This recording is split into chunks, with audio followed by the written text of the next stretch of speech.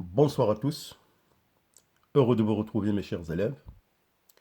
Alors toujours dans le grand chapitre qui traite le mode d'expression de l'information génétique que nous avons déjà identifié dans la première capsule, et nous avons vu que l'information génétique n'est en effet que l'expression de cette macromolécule de l'ADN, l'acide désoxyribonucléique. Cette molécule qui est localisée dans le noyau chez les eucaryotes, c'est-à-dire des organismes ayant un véritable noyau dans leurs cellules, et cette molécule d'ADN libre dans le cytoplasme des organismes comme les bactéries appelées les prokaryotes.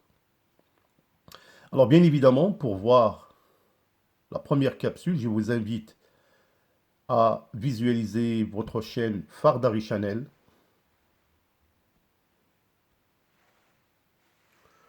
Votre partenaire qui va vous aider tout le long de vos préparatifs. Vous allez aussi trouver des capsules dans les autres matières, baccalauréat bio, la physique et la chimie, les mathématiques, filières SVT et PC.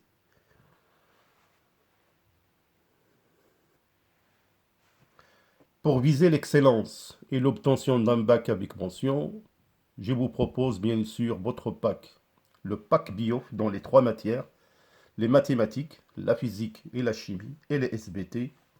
Pour toute inscription et information, contactez le numéro suivant.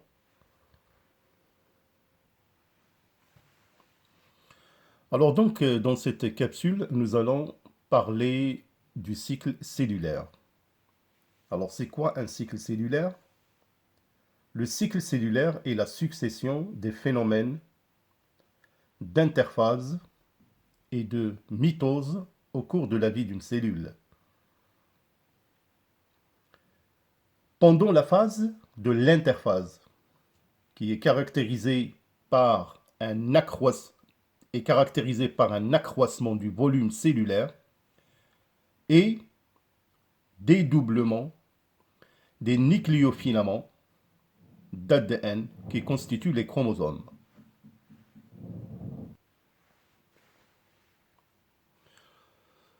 Alors donc, au cours du cycle cellulaire, la cellule, là nous prenons le cas d'une cellule animale.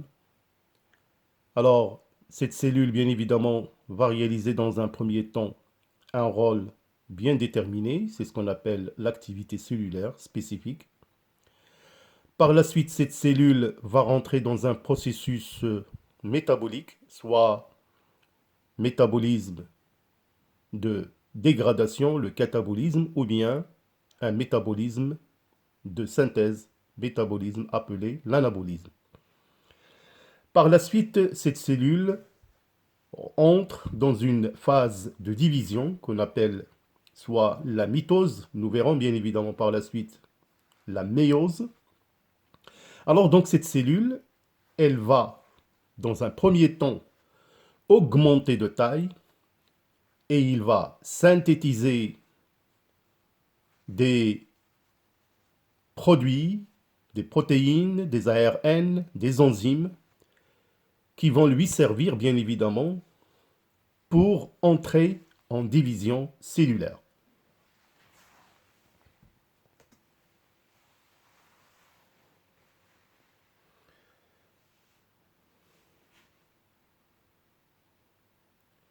Alors donc, la cellule va se préparer. Alors donc, le cycle cellulaire, c'est l'ensemble des étapes qui constituent et qui délimitent la vie d'une cellule. Alors donc là, nous avons un schéma qui représente les différentes phases que nous allons détailler. Alors bien évidemment, l'interphase suivie, par exemple ici, on va étudier la mitose qui va donner naissance à deux cellules filles identiques. C'est très important. Alors bien évidemment, on voit un phénomène particulier dans le cycle cellulaire qui dépend bien évidemment de l'âge de l'individu, la nature du tissu, il y a un phénomène et bien sûr les conditions hormonales. Un phénomène très important, la duplication de l'ADN. Donc le cycle des cellulaires, on peut le diviser en l'interphase et bien évidemment la mitose. Alors dans cette capsule, je vais bien sûr me focaliser essentiellement sur cette phase qui est l'interphase, qui constitue vraiment la phase la plus longue parce qu'il y a pas mal de phénomènes qui se déroulent au cours de cette phase que nous allons détailler dans un instant.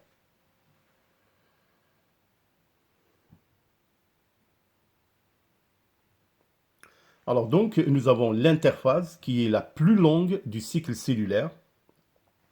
Donc, il est composé par des phases que nous allons voir de près, la phase G1, la phase S et la phase G2.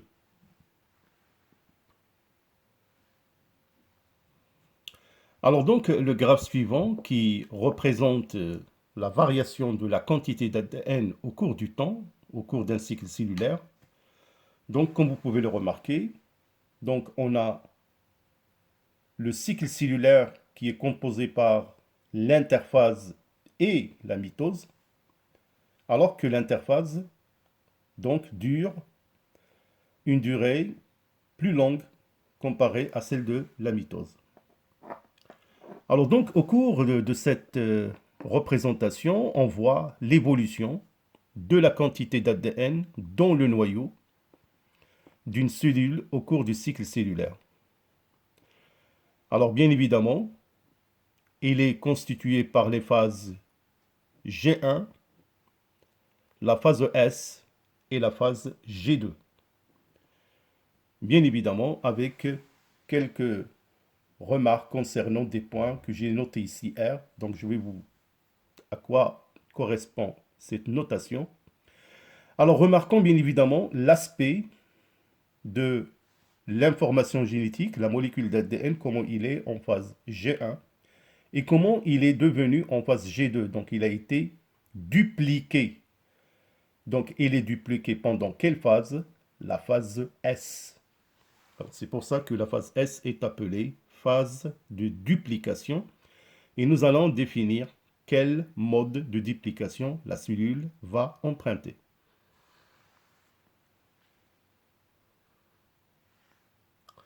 Alors le schéma suivant nous montre l'évolution de l'aspect des chromosomes au cours du cycle cellulaire. C'est très important. Alors on peut parfaitement voir cette partie-là, M qui est la métaphase, que nous avons déjà signalé dans la première capsule, l'apparition des chromosomes. Donc c'est à cette phase que la condensation est maximale qui permet l'apparition des chromosomes dans ce stade-là.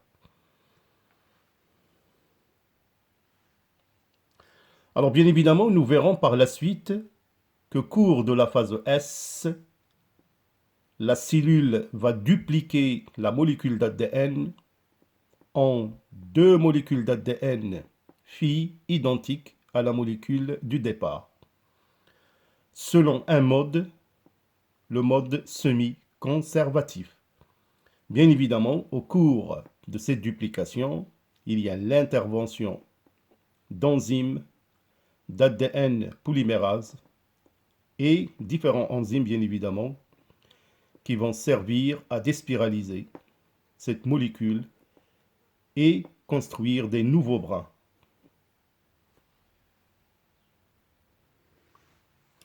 Alors donc, nous avons dit que le cycle cellulaire, en général, dépend de l'âge de l'individu, la nature du tissu et les conditions hormonales.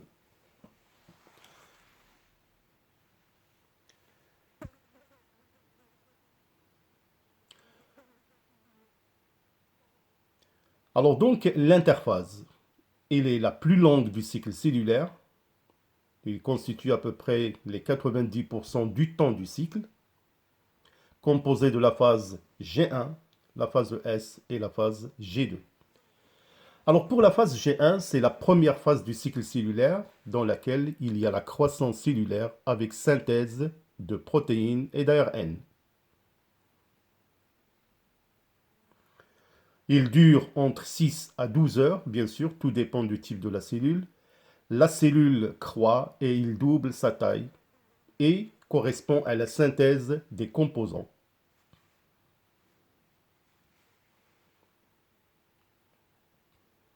Alors pour la phase S, qui est la phase la plus importante, c'est la phase de synthèse où l'ADN de la cellule est répliqué dans le noyau.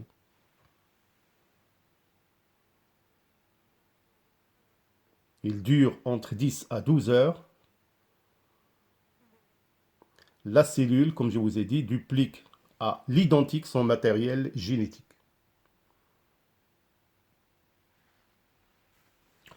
Alors donc, la duplication d'un nucléofilament qui est observé au microscope électronique. Alors donc, cette duplication est un mécanisme très rigoureux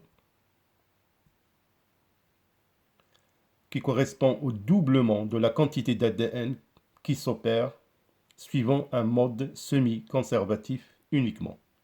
C'est-à-dire, chaque nouveau brin produit par l'ADN polymérase, qui est l'enzyme opératrice, est complémentaire du brin matrice et chaque nouvelle molécule d'ADN comporte donc un brin déjà présent dans l'ADN parental et un brin nouveau.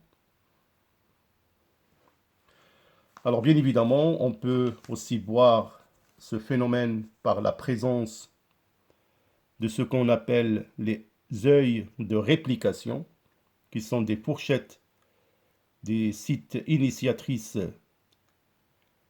de la duplication. C'est à ce point-là où commence le travail d'enzymes. Donc on les appelle œils de réplication.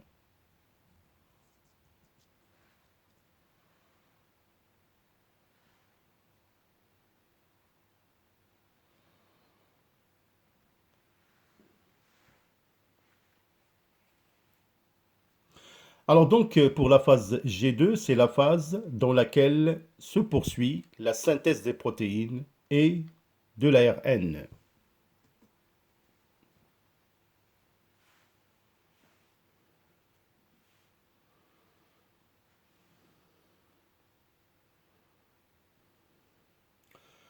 Bien sûr, au cours de cette phase, la cellule va vérifier son ADN, est-ce qu'il est bien dupliqué, que rien ne me manque, et il dure aux alentours de 4 heures. C'est-à-dire la chromatine, par la suite, commence à se condenser pour construire les structures de chromosomes.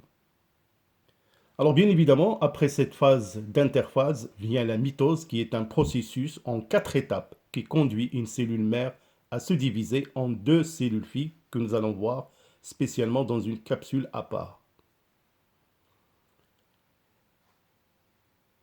Alors notez bien évidemment que cette mitose est constituée par 4 phases: la prophase, la métaphase, l'anaphase et la télophase. Alors donc on peut résumer le cycle cellulaire par cette représentation. Donc en général, on a une phase qui précède, c'est la phase G0, c'est-à-dire on dit que la cellule au repos, mais en général c'est une cellule qui exerce une activité bien déterminée. Alors, nous avons par la suite cette phase, ou plutôt un point que j'ai marqué R, c'est le point de restriction de la cellule. Donc c'est à ce niveau où la cellule décide si il achève le cycle, c'est-à-dire c'est vraiment toutes les composantes nécessaires au cycle sont disponibles, il peut suivre son cycle, sinon il arrête le cycle. Nous avons vu la phase S, qui est la phase de duplication, que nous allons maintenant bien détailler par une petite animation. Par la suite, bien évidemment, au cours de cette phase, la cellule réplique son ADN. Par la suite, la phase G2, la cellule qui se prépare à se diviser tout en contrôlant un petit peu, en quelque sorte, le phénomène de la duplication avant qu'il rentre en division cellulaire. Donc, le cycle cellulaire est composé de la phase d'interphase et la mitose ou en général la division cellulaire.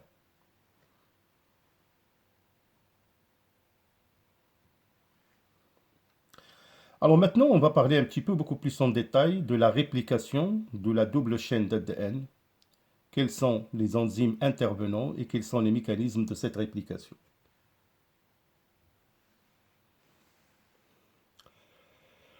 Alors nous avons déjà signalé que dans les cellules eucaryotes, la réplication débute en plusieurs endroits de la molécule d'ADN, formant ainsi ce qu'on appelle les yeux de réplication. La réplication se produit à l'extrémité de chaque œil jusqu'à ce que toute la molécule ait été recopiée et que les yeux de réplication se soient rejoints.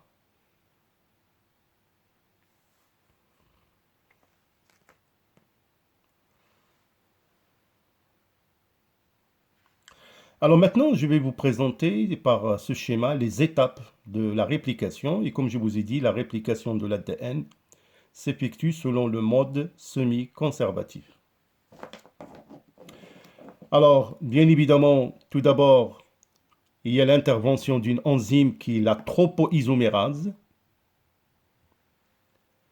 commence à dérouler l'ADN pour enlever ce qu'on appelle les super tours.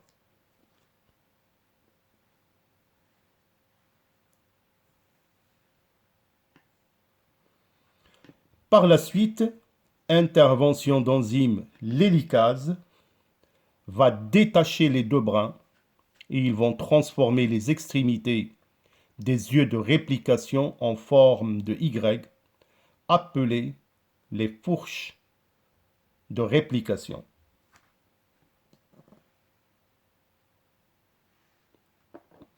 Alors par la suite, l'ADN polymérase synthétise les brins complémentaires d'ADN de façon discontinue dans le sens 3', 5', à partir du brin parental qui sert de matrice.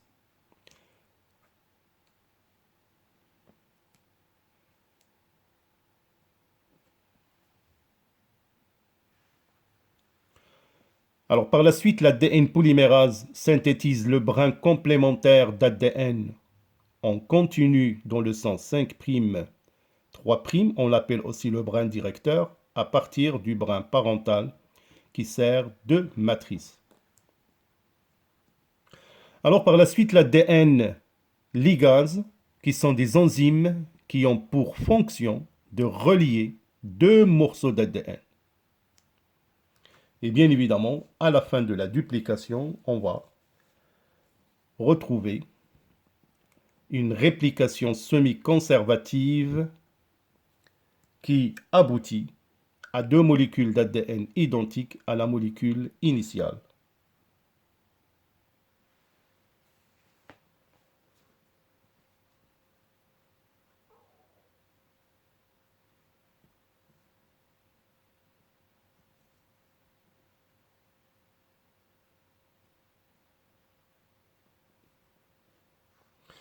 Alors maintenant, je vais vous présenter quelques animations pour stimuler votre esprit et connaître vraiment ce phénomène, comme certainement vous le remarquez, est un phénomène capital dans la vie de la cellule.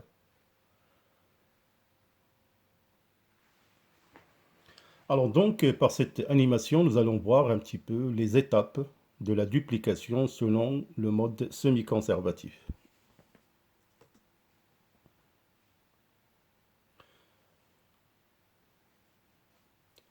Alors bien évidemment que le résultat final, c'est l'obtention de deux molécules d'ADN phi identiques à la molécule initiale. Donc il y a un brin parental et un brin nouvellement formé. Alors tout d'abord, donc intervention d'enzyme les hélicases qui va ouvrir bien évidemment la double chaîne. Donc par la suite, intervention de protéines fixatrices d'ADN monocaténaire pour qu'il ne revienne pas de nouveau à son spiralisation, intervention d'enzymes des primases qui vont initier la duplication, intervention de l'ADN polymérase 3, suivant le sens 5'3' qui est là, donc, et continue la duplication, alors que le brin 3', 5' est discontinu avec la formation de brins de Kazaki.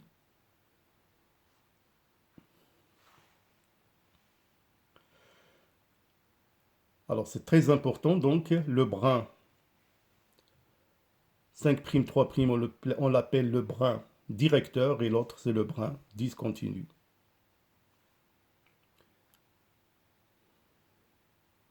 Donc il y a toujours des ADN polymérases qui interviennent pour joindre et scinder les molécules, les fragments d'ADN formés.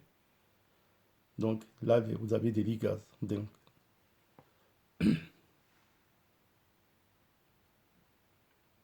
Et bien évidemment, on obtient une molécule d'ADN dupliquée, le brin directeur et le brin discontinu.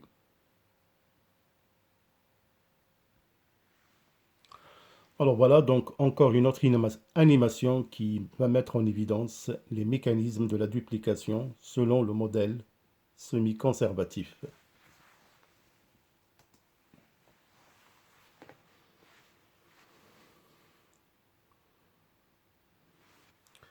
Alors bien évidemment, tout d'abord la déspiralisation de la molécule. Donc on peut parfaitement voir la succession des nucléotides, les 4 types, l'adénine, cytosine, thymine et guanine. Bien évidemment, dans le nucléoplasme, il y a des nucléotides libres qui vont bien sûr intervenir en tant que nucléotides complémentaires aux nucléotides de la molécule.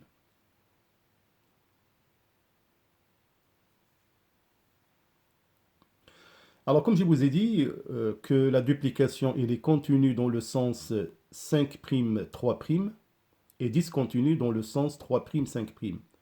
Alors là, nous avons l'intervention de l'enzyme ligase qui va ouvrir, bien évidemment, les liaisons hydrogènes liant les différentes bases azotées que nous avons déjà vues. Là, on a une primase qui va commencer le début de la duplication. Donc, ce sont des sites, des primaires, des sites initiateurs.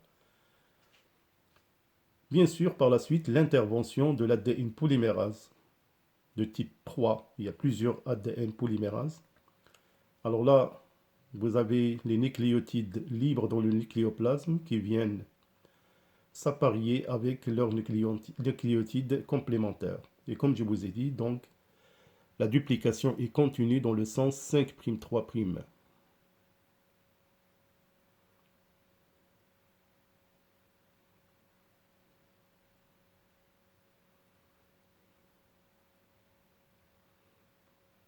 Alors que pour le brin 3', 5', il est discontinu avec la formation de fragments d'Okazaki.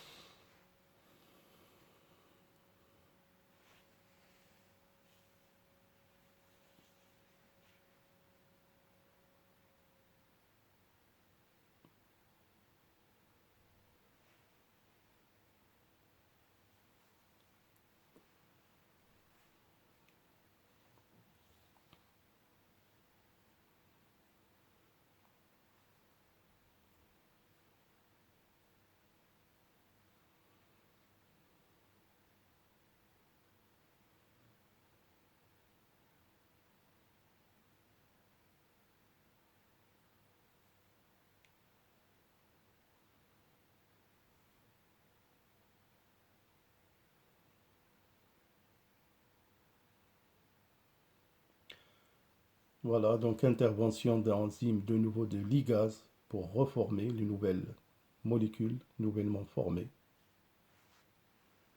Et on obtient une molécule d'ADN dupliquée.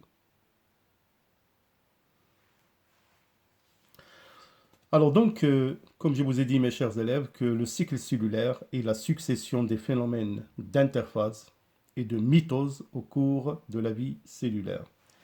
Alors bien évidemment, nous allons voir dans la capsule d'après le phénomène de la mitose et nous allons voir bien évidemment les 4 phases que nous avons déjà présentées, à savoir la prophase, la métaphase, l'anaphase et la télophase. Alors voilà, donc je merci pour votre aimable attention. Si vous avez des commentaires, n'hésitez pas. Vos commentaires sont les bienvenus. D'ici là, portez-vous bien. À bientôt.